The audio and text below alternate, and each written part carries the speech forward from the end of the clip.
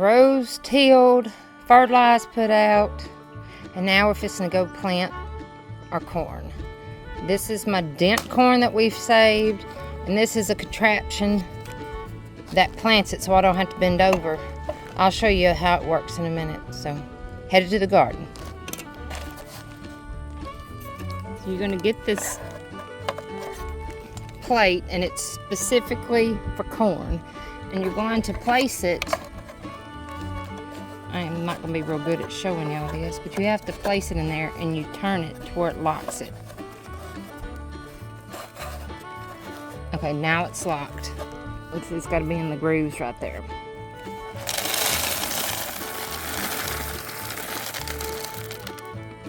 Okay.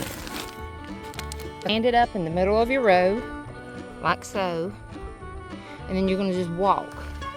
And as you walk, it should be laying down the corn.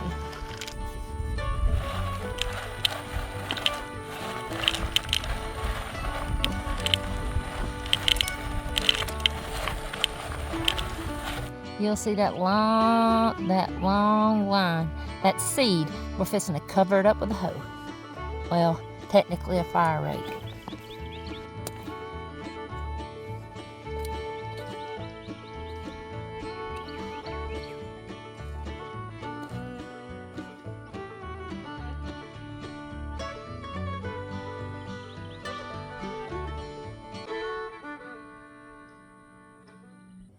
We just got through planting our corn, people, and it is hot outside. But had to get it planted today. Couldn't wait till tomorrow. It's supposed to storm tomorrow or Saturday, but with Louisiana weather, you never know what it's going to do. Fixing to make some coleslaw. Our family is having a fish fry down at my dad's, and I always make the coleslaw. It's old style coleslaw where the cabbage is more ground and the carrots are more ground. And it's used mayonnaise and sugar, a little bit of salt, and that's it.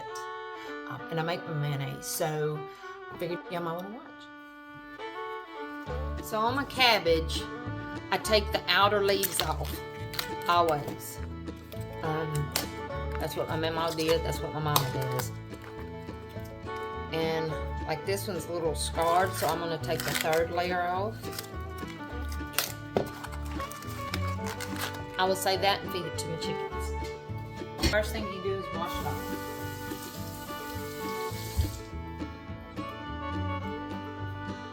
You're going to cut it in sections.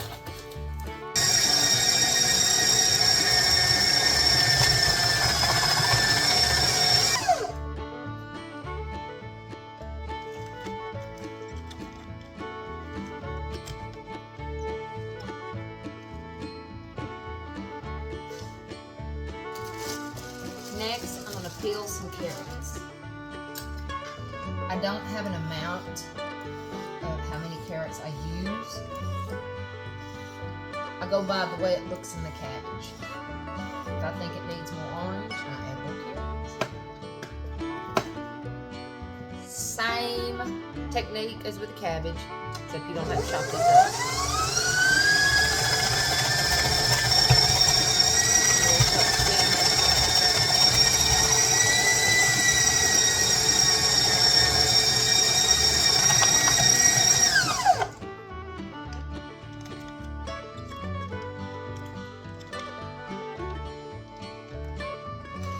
And then I stir to see it's going to need some more carrots. So I'm going to peel a couple more carrots. Stir this in.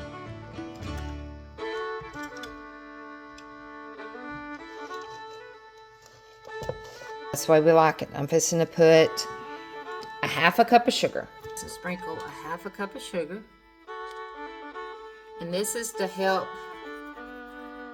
make the vegetables sweat, and it'll help bring out the moisture.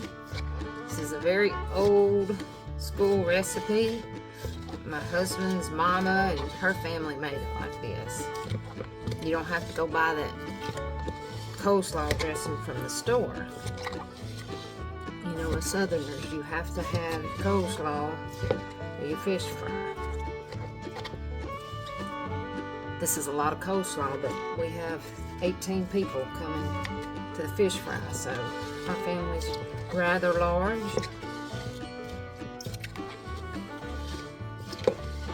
Okay, now I'm gonna let that set probably about for 30 minutes or so, and then I'll come back and check to see if it started sweating, and I'll give it a little taste, and if I think it needs more sugar, I'll add more sugar. Then after I get that, then I will add a pinch of salt and start off from there. Because remember, you cannot take salt out once you've put it in. And that's it. Next, I'm making the mayonnaise. First thing you're gonna do is crack it. I like using a room temp egg.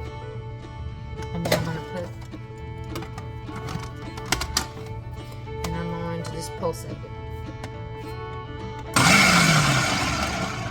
And then I'm going to add a tablespoon of Dijon mustard.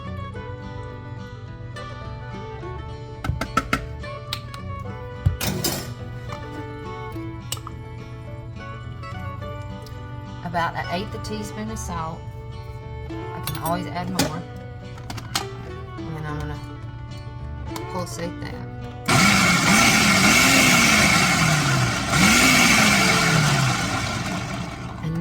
I'm fixing to start adding my avocado oil. You just want to add a few drops at the beginning, and I have a port thing at the top, so once you add a few drops and you start seeing it mix, then you can slowly add.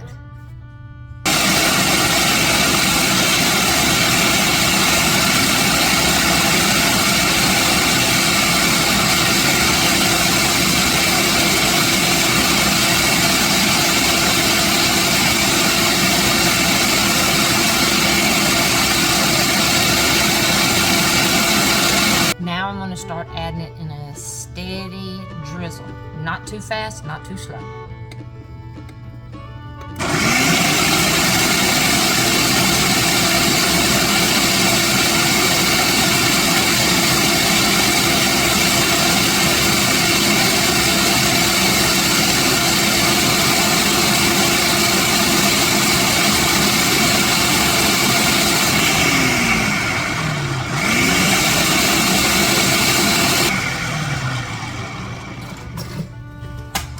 Scrape the sides. See that right there? You want to get all that in your mayonnaise.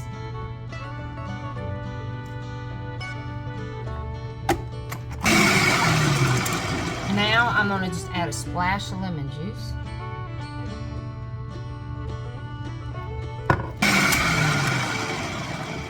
Now I'm going to look and see if it's the thickness I like. Almost. I think I'm going to do it for about another 30 seconds.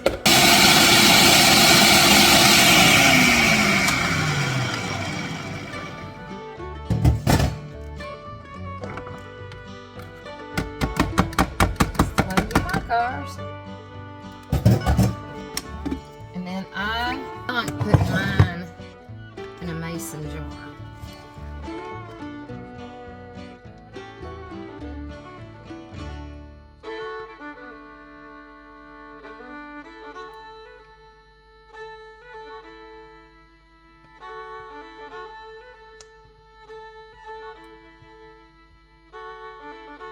Now remember, if you like a saltier, you can always add more, but I know we only use 1/8 of a teaspoon because I have made this so many times.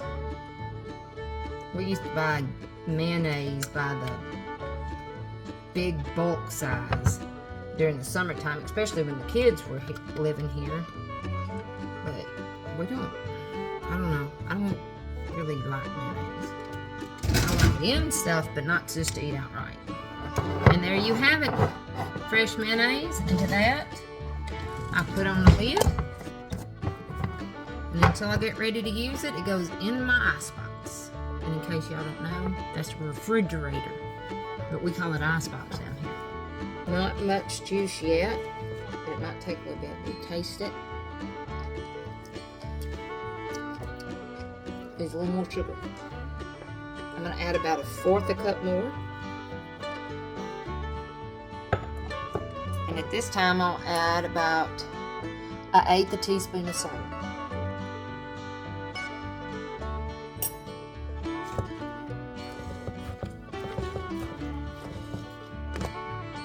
And let it set, and I'll come check on it for 30 minutes to an hour. It definitely should have some juice by then. See you back in a bit. Oh yeah, time to add our mayonnaise.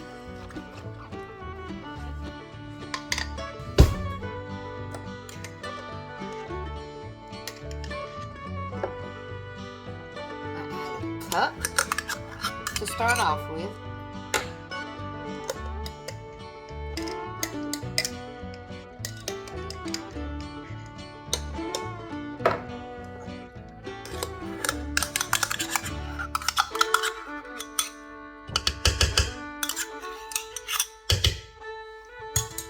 And then you're going to stir. Make it however you want it. I think I'm just going to add all of it.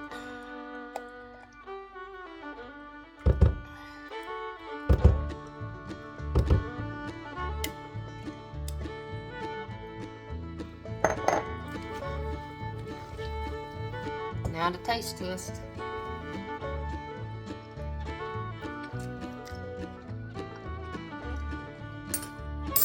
To me, it needs a smidgen more salt, so I'm going to add another 1/8 of a teaspoon.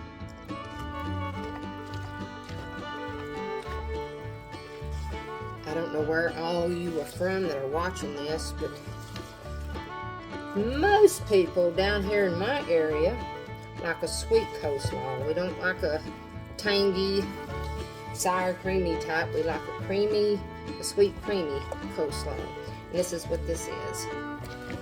Sweet and creamy coleslaw.